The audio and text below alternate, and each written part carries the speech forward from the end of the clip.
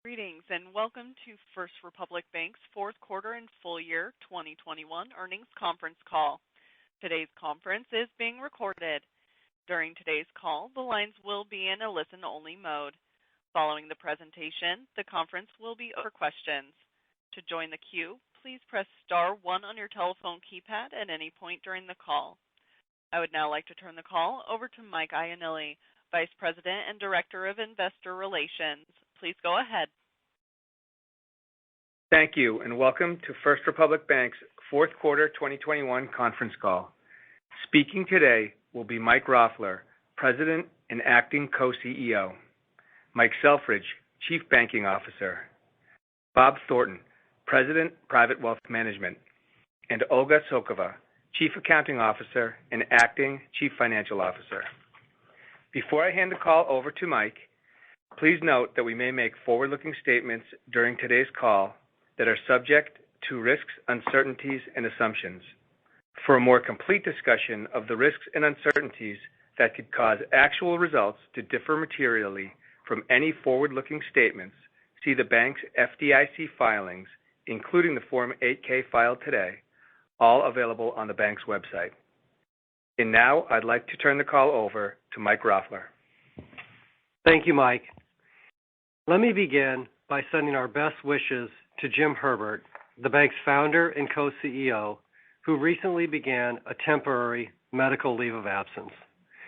Jim, I'm sure you're listening, and we look forward to your healthy return. 2021 was another very strong year for First Republic. This was the bank's 36th consecutive year of profitability since it was founded in 1985. First Republic continues to deliver safe, consistent organic growth by doing what we do best, providing exceptional client service. Now let me cover a few key results for the year. Total loans outstanding were up 20%. Total deposits have grown 36%. I would note that checking deposits made up 72% of total deposits at year end, and wealth management assets increased 44%. This strong growth, in turn, led to strong financial performance. Year over year, our total revenues have grown 29% to more than $5 billion. Net interest income has grown 26%. Earnings per share have grown a very strong 32%. And tangible book value per share has increased more than 17% during the year. Importantly, our credit quality continues to be excellent. Consistently strong credit has been a hallmark of First Republic since our founding. Net charge-offs for the fourth quarter were only $64,000. Net charge-offs for the entire year were only $2.1 million, less than 1 basis point of average loans. Non-performing assets ended the year at only 8 basis points of total assets. Our capital remains very strong. At year end, our Tier 1 leverage ratio was 8.76%. This includes the benefits from 5 successful capital raises in 2021. Olga will touch on this momentarily. This year's results demonstrate the power of our client service culture. Our culture is our competitive advantage. Each one of our 6,300 colleagues is dedicated to serving our clients and one another. The result is a client satisfaction level, as measured by our Net Promoter Score, that is over 2 times the banking industry average. Preliminary results from our 2021 Net Promoter Score survey indicate that our service level actually increased during the year. Importantly, a greater percentage of clients now consider us their lead bank. Highly differentiated service drives our organic growth through repeat business and client referrals. Each year, more than 80% of the bank's growth comes from these 2 sources. Our colleagues' focus and dedication are the foundation of our success. As a leadership team, we are collectively focused on empowering our people to be their best.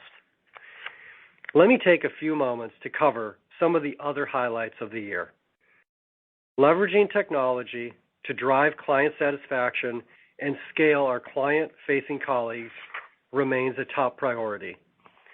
To this end, in 2021, we continue to invest in technology and our regulatory infrastructure to further strengthen First Republic and enhance our client service model.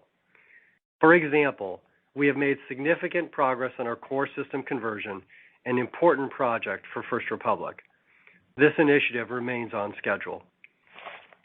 In addition, we recorded tax credits for research and development for the first time, reflecting our continued investment in client service innovation. Olga will speak more about this in a moment. Taking care of our colleagues and communities also remains a top focus of First Republic. In 2021, we expanded our employee base by 15% to support the continued growth of the franchise. We also raised our minimum wage to $30 per hour. We supported the volunteer efforts of our colleagues who contributed more than 22,000 hours to nonprofit organizations. We also launched the First Republic Foundation, which expands and complements our existing philanthropic initiatives. And we enhanced our commitment to the environment by becoming carbon neutral for the first time and purchasing 100% renewable energy to cover our electricity needs. The simplicity of our business model has enabled us to remain focused on delivering exceptional client service. In 2021, the outcome once again was strong financial performance. Thank you to all of our colleagues for their great teamwork and collaboration in serving our clients. Now I'll turn the call over to Mike Selfridge. Thank you, Mike. Let me begin with an update on our lending activities. Loan origination volume was a record for both the quarter and the year at $17 billion and $65 billion, respectively. Single-family residential volume for the year was also a record at $30 billion. Refinance activity accounted for 55% of single-family residential volume during the year, and a large portion of refinance activity came from clients with loans at other institutions. This continues to create an ongoing opportunity for new client acquisition. Multifamily volume for the year was also a record at $4.8 billion. In terms of credit, we continue to maintain our conservative underwriting standards. The average loan-to-value for all real estate loans originated during the year was just 57%. As we head into 2022, our clients remain very active, and our loan pipeline is quite strong, up from the same time last year. I would note that loan originations have some seasonality, with the fourth quarter typically being strong and the first quarter typically being somewhat slower. Turning to business banking, it was a very strong year.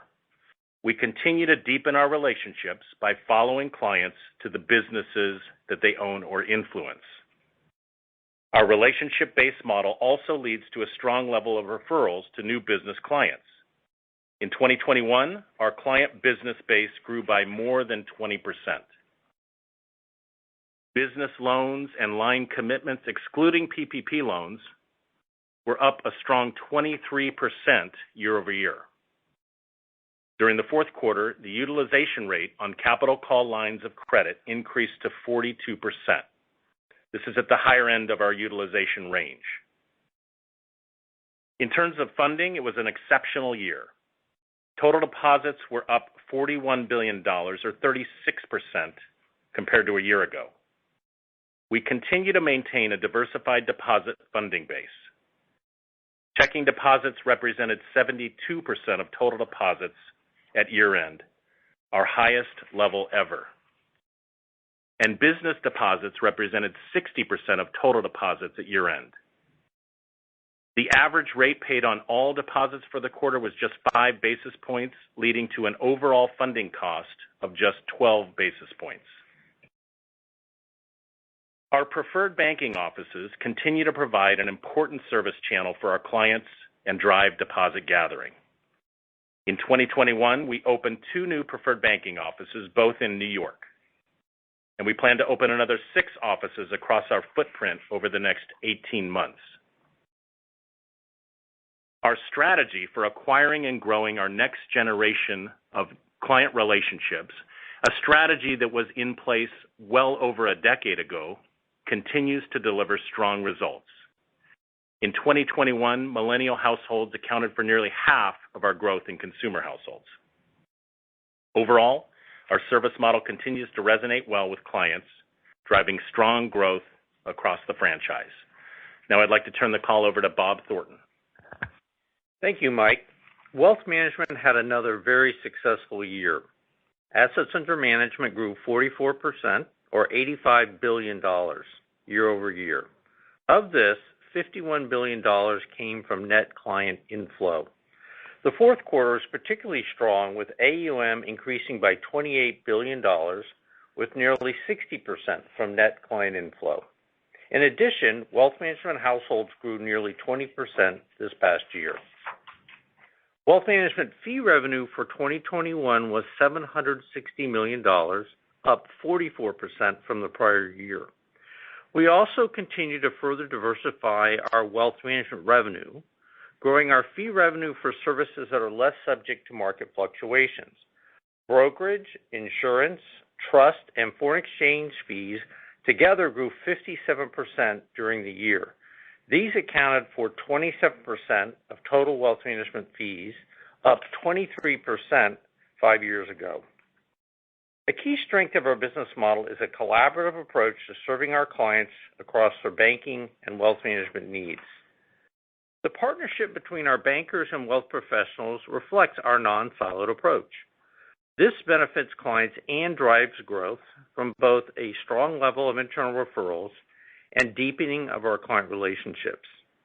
For example, in 2021, I would note that our bankers referred over $7 billion of AUM to wealth management, an increase of 22% from the prior year. In addition, our wealth management colleagues referred over $3 billion of deposits to the bank. Wealth management referred deposits and sweeps now represent over 13% of total bank deposits. These deposits have grown at a compounded annual rate of 44% over the past 3 years. It is our integrated banking and wealth management model that makes First Republic an attractive destination for very successful wealth managers and other leading producers. And once hired, we continue to successfully integrate our new colleagues into our highly collaborative culture. During 2021, we welcomed 11 new wealth manager teams to First Republic. And we're also delighted to have welcomed another highly regarded team in New York just last Friday. Overall, we're very pleased to have reached nearly $280 billion in assets under management in 2021, and we're looking forward to continued success in 2022. Now I'd like to turn the call over to Olga Tsokova. Thank you, Bob. Let me review the results for the year and quarter, and also offer some guidance for 2022. Our capital position remains strong. During 2021, we added over $2.8 billion of net new Tier 1 capital through 5 capital raises. This includes $740 million of 4.5% perpetual preferred stock issued during the fourth quarter. With this, our weighted average cost of preferred stock is less than 4.5%. Liquidity also remains strong. High-quality liquid assets were 17% of average total assets in the fourth quarter. Our credit quality remains excellent. For the fourth quarter, net charge-offs were only $64,000. Our provision for credit losses for the quarter was $24 million, driven almost entirely by our strong loan growth. Our net interest margin was 2.68% for the fourth quarter and 2.67% for the full year 2021, in line with our guidance. Importantly, net interest income was up a very strong 26% year over year. This is primarily due to the robust growth in earning assets. Our efficiency ratio was 63.3% for the fourth quarter and 62.5% for the full year 2021, also in line with our guidance. The fourth quarter results included two unusual items. The first was a tax credit for our research and development activities, which reflect innovation and technology enhancements made over the past few years. This lowered our effective tax rate. The second was a one-time executive compensation expense. This increased the fourth quarter efficiency ratio by approximately 180 basis points. The net effect of these two items, mostly offsetting one another, was only a 3-cent decrease to earnings per share. Also, as previously disclosed, we prepaid $4 billion of FHLB advances in October, and the prepayment cost of $19 million is included in other expenses.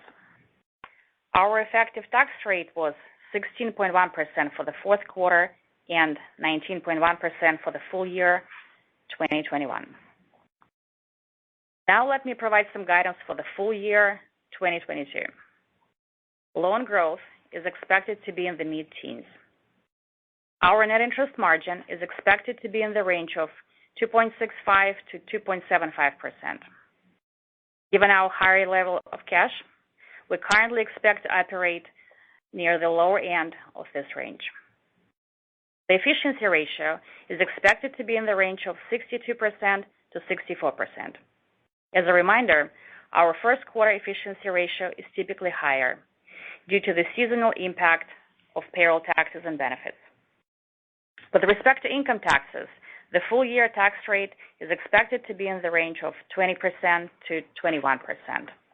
Overall, it was a very strong quarter and year. Now I'll turn the call back over to Mike Roffler. Thank you, Mike, Bob, and Olga.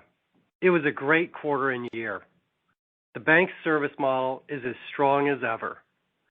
Our entire team remains focused on executing our client service strategy. This approach has driven remarkably consistent results for many years, and we have great momentum heading into 2022. Now, we'd be happy to take your questions. And if you would like to ask a question, please signal by pressing *1 on your telephone keypad. If you are using a speakerphone, please make sure your mute function is turned off to allow your signal to reach our equipment. Again, press *1 to ask a question. We'll pause for just a moment to allow an opportunity to signal for questions.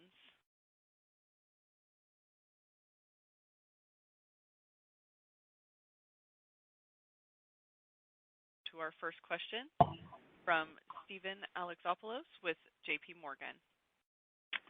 Hey, good morning, everyone. Hi, good morning, Steve. Mike, I wanted to start. So 2021 was clearly a great year for the company. With that said, given all of the management turnover recently, the market concern is how this might impact the performance of the company moving forward, right? And this is the first public call you're hosting since news came out of Jim need to take medical leave and then news on Gaia resigning. So hopefully you could use this call to allay some market concerns.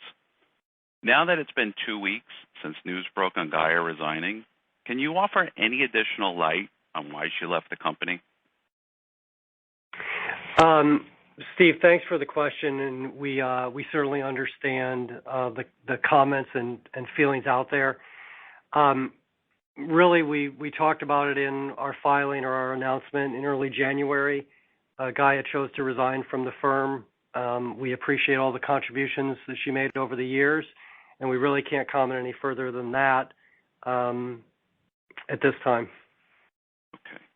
Mike, are you able to answer whether her resignation was tied to some action from the company which would entitle her to severance? I know you said there was one-time executive comp charge in the quarter. I don't know if it's related to that, or whether she just left to pursue an opportunity at another firm. So she did resign to pursue other opportunities, and I think what we'd say is what we've disclosed is really what we're going to talk about. What I'd really like to sort of focus on a little is we have a terrific team in place, and we have a fantastic client service culture, and are focused on delivering to clients each and every day. And so our business model and culture is what has prevailed over the years in spite of any challenges that might exist. And this is an example of another one. The board of directors and the leadership team remain incredibly optimistic about the prospects we have for the year ahead, right? Our business model is resonating with clients. Our brand is very strong in the markets, and clients are resonating with that. And so we've dealt with challenges, and the rest of the executive team is very confident with the opportunities in front of us, and it's about looking forward. And just an observation. Jim is on a temporary leave. He has helped us all collectively be ready for this kind of challenge, and the board thinks about these things, and we're ready to pick up the baton and keep running forward. Mm-hmm. So, Mike, maybe to follow up on that, what's been the impact to employee morale, right, given the announcements? And has there been any disruption to client service or the business tied to these management changes? So the simple answer to your second part is no. Client service has not been impacted. Clients remain very active. Business is starting off the year very strong. Bob mentioned a terrific team in New York that joined us last Friday. And our colleagues, to what you said, there may have been some surprise, but you know what? That gets over very quickly, and we move forward.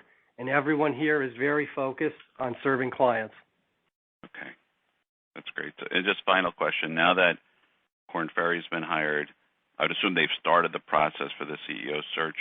Do you have a best guess? What can you tell us in terms of when we might expect that process will be completed? Thanks. Yeah, no, thanks for the question, Steve. I mean, the board is conducting a search with Korn Ferry's assistance to identify the best candidate for the CEO role. It's one of their top priorities. I don't think there's going to be a rush because the focus is for finding the best candidate to carry on a very strong client-focused culture and business model. And I think that's the focus versus speed. Yep. But Mike, your key message to everybody is, because there's so much uncertainty, the speculation, I've almost never seen this before, is that there's still stability at the company, which is what First Republic's known for, and it's not having any notable impact to morale, client service, right? The things that led to a great 2021, there's nothing that you see at this point that should derail that from having another great year in 2022. Is that right? That's absolutely correct. Morale is strong, and the opportunities ahead of us are terrific, and clients are very engaged, and it's very active right now. Okay. Great. Thanks for taking my questions. Take our next question from Bill Carcache with Wolfe Research. Thank you. Good morning. On the higher compensation costs, could you parse out how much of the increase was associated with the fact that you're just simply growing the employee base versus how much is inflationary? And if you could, give a little bit of color across your businesses, including some of the teams on the wealth management side that you brought on board, how much more it's costing you to onboard employees today versus last year? So it's a good question. I think more of our compensation-related increases are tied to production levels and growth in deposits, wealth management fees, and I can have Bob talk about the sort of the hiring practices. I think from an inflation standpoint, there is competition for what I'd say new hires and people onboarding to the company, but I don't think that's a meaningful part of the increase. It's largely tied to much greater production levels. And on teams, this is Bob Thornton. The cost of hiring teams is not appreciably changed in the last year versus prior years or more recently. Understood. And you also mentioned that your core system conversion remains on schedule, but part of the increase in expenses was attributable to information systems initiatives. Can you give some color on what's behind those initiatives? So in terms of overall initiatives, like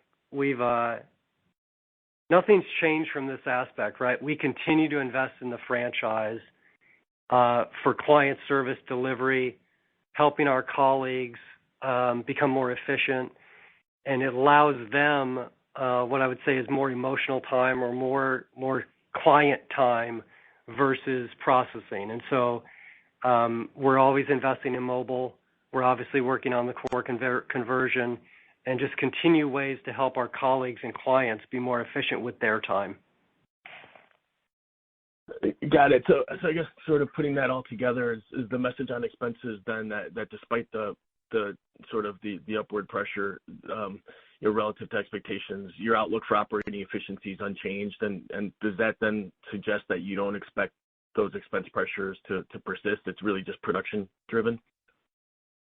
Yeah, I would comment that we expect our expenses to grow in line with the growth of our revenues, and this is what we have embedded in our guidance that we just provided.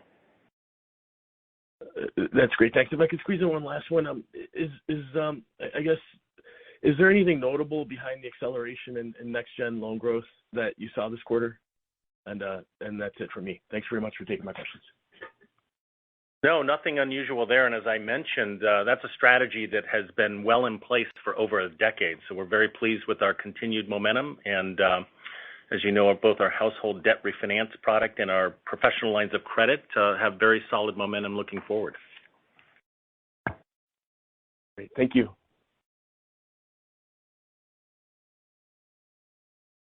Our next question from Casey Haire with Jefferies. Thanks. Good morning, everyone. Follow-up question on the NIM.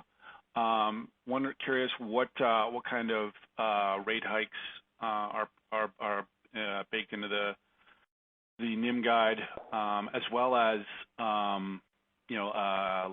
excess liquidity deployment. Cash balances up slightly on the quarter. Thanks. So we anticipate 3 Fed fund moves during 2022 and slightly flatter yield curve. And we still expect our cash levels to be elevated, and this puts us in the lower end of our guided range. Yeah, and I might add to that just a little bit, Casey. I think you've heard us talk about this in the past, right? We're okay to carry elevated cash levels given our strong deposit growth.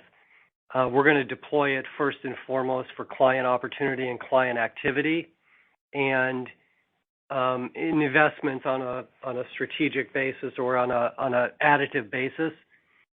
The reality of it is we're focused more on net interest income growth than we are what the reported margin might be. And yes, it's been at the lower end of our range here for a while, but if you look at our net interest income growth, has been incredibly strong in the last several quarters. Yeah, for sure. Okay, and on the deposit growth, at 36% year over year. I know it's difficult to forecast, but are you still seeing pretty strong momentum in that front, or do you expect that to moderate from this pace seen in 2021? Hey, Casey, it's Mike. Yeah, obviously it was an incredible year in terms of deposit growth, and there's a number of factors. New household acquisition. I'd say it was a good split between business and consumer, probably 2/3 business, 1/3 consumer. Increase in average balances overall. And, just given the general industry dynamics and excess deposits in the system, stimulus-driven, the stimulus has stopped. So that probably will moderate deposit growth from 36%. But we're very optimistic about our ability to continue to generate deposits and new households to support the good loan growth that we've been able to demonstrate over years. Okay, great. And just last one for me on the FHLBs. Pretty dramatic decline from that sort of 10% of the balance sheet historically at a little under 3%.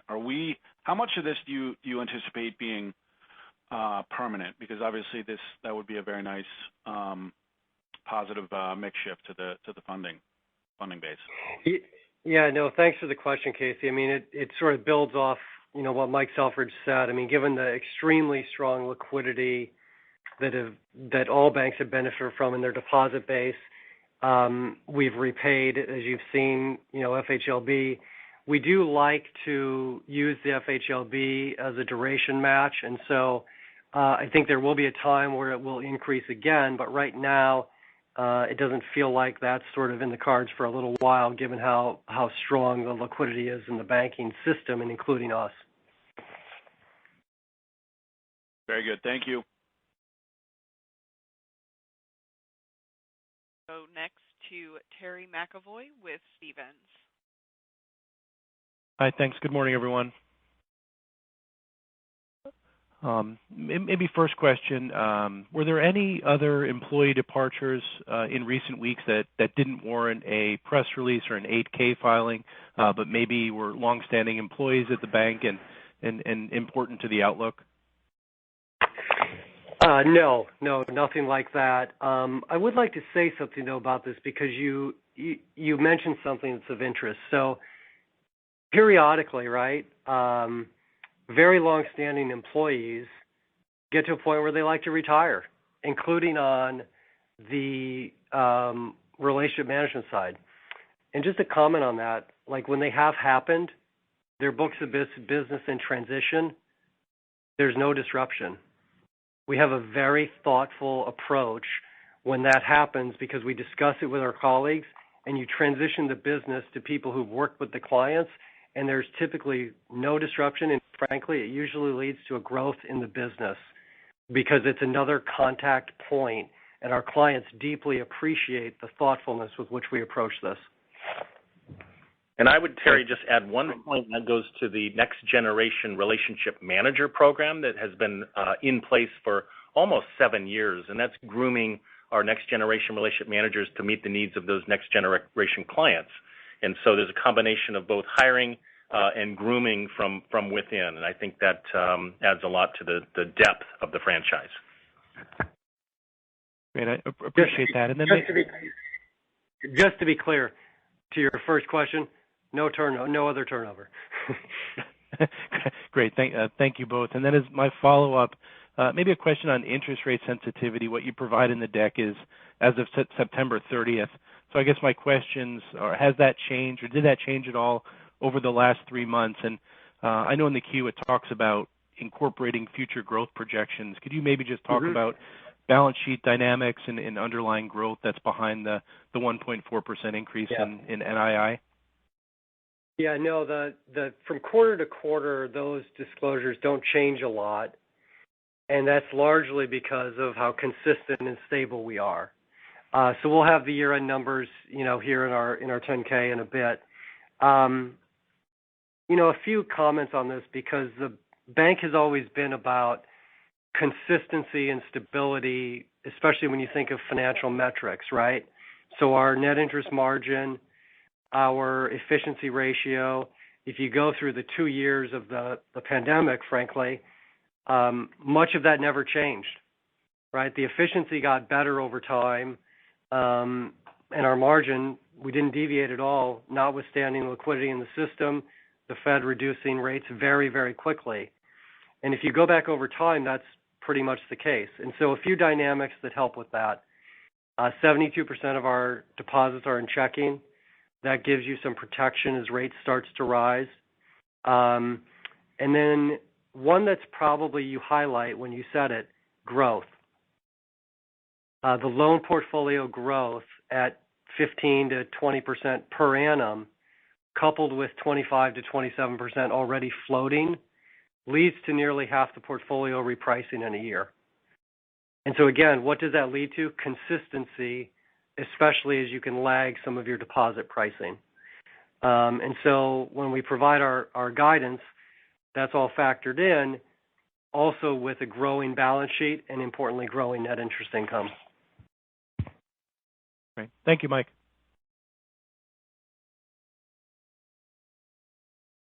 Go next to John Pancari with Evercore. Hi, good morning. This is Tom Stevens on for John Pancari. I just want to talk about your loan growth guidance for 2022. Can you talk about some of the underlying growth dynamics that you guys expect, specifically on the C&I, cap call, and mortgage side? Hi, it's Mike Selfridge. We provided mid-teens guidance. We're comfortable with that guidance. And in terms of, Mike Roffler alluded a bit to our positioning going into the market for 2022. Our pipeline is strong, up from last year.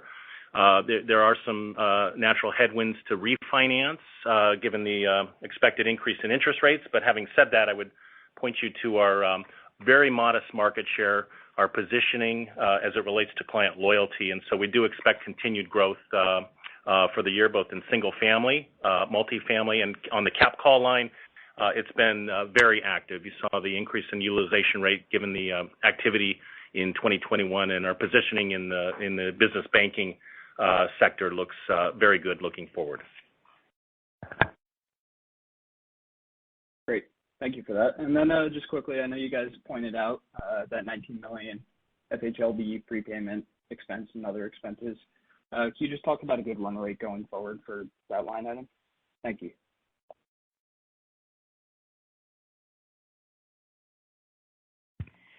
So, we had elevated levels, obviously, this past quarter with a significant amount of prepays. Once in a while when we prepay, we have prepayment costs, like we had some small amount last quarter.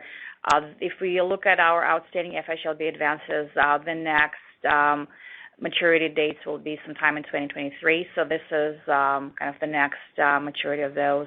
So we don't expect, obviously this quarter was elevated level, so we don't expect that going forward. Great. Thank you for taking my questions. Take our next question from Andrew Liesch with Piper Sandler.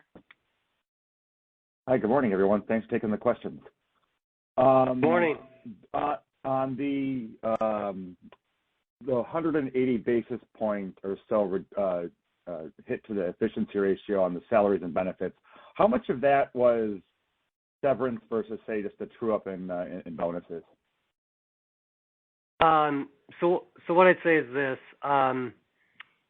there was a contractual arrangement that was entered into in July, and we were paid in line with that contract, and it includes what I call two items. One would be severance, and the second would be the unamortized RSU expense, because those are continuing to vest under the terms of the contract.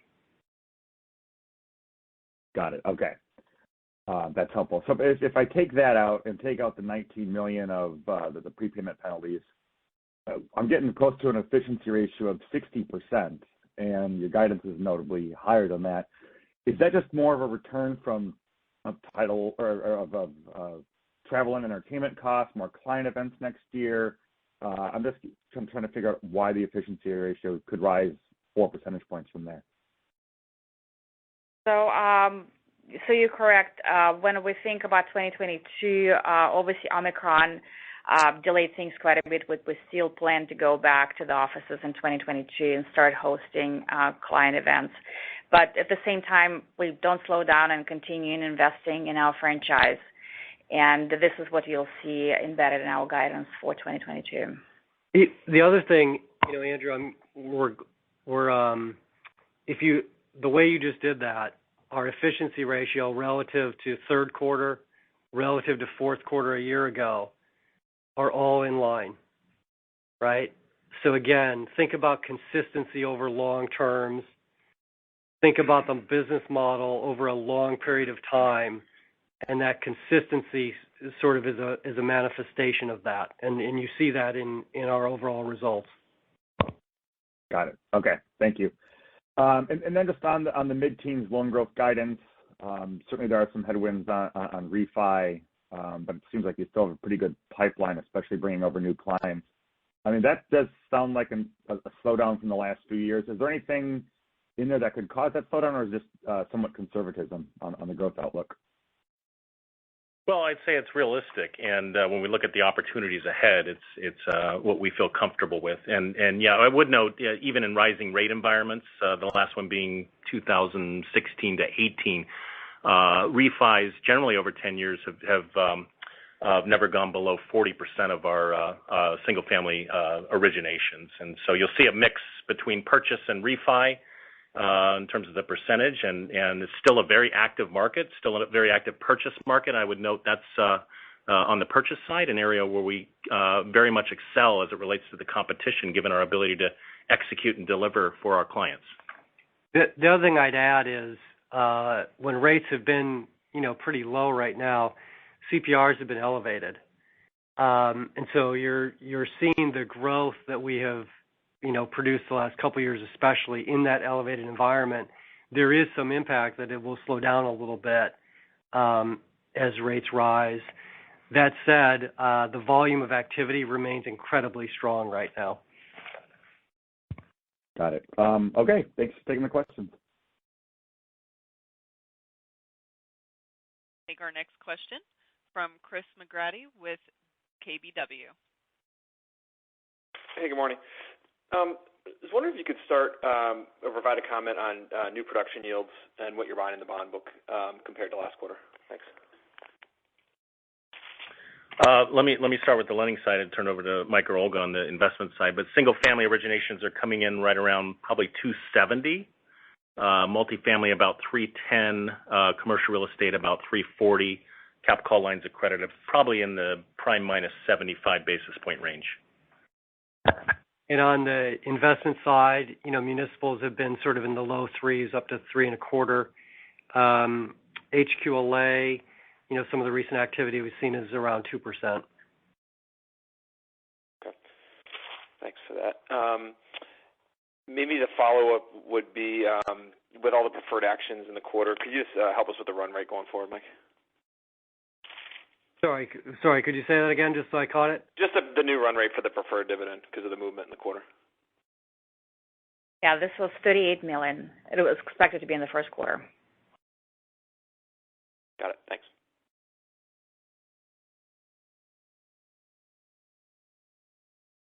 And we'll take our next question from Jared Shaw with Wells Fargo Securities. Hi, good morning. Thanks for taking my questions.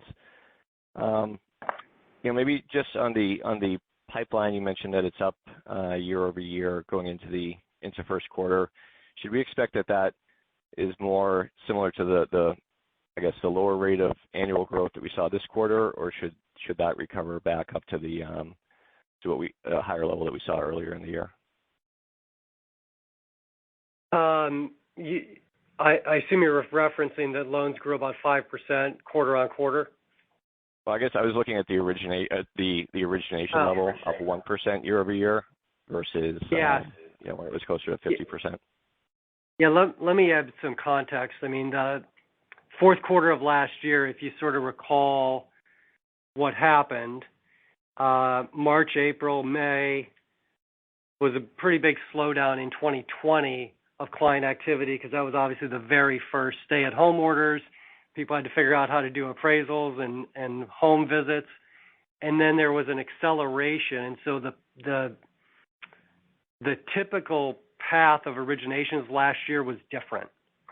This year probably is more normal, but Mike. Yeah, I think, Jared, in particular, if you look at single family quarter over quarter, there was just a little bit of unusual bunching that occurred in 2020 given the pandemic. I'd steer you more towards the annual origination number, which was a record at $65 billion, up 23%, significantly in single family, multifamily, CRE, and capital call lines of credit. Okay, all right. That's good color, thanks. And then looking at capital, obviously all the regulatory ratios look really strong. TCE, though, continues to trend down. When you look at in the past, the desire to hold 2 years of capital or 2 years of growth capital, do you feel that you're there right now, or could we see some additional capital bolstering to get that 2-year cushion again? Thanks, Jared, for the question. I mean, we're really pleased with the 5 offerings that we did in 2021 and really bolstering the bank's capital. And similar to, the past, we're opportunistic and we look at both markets.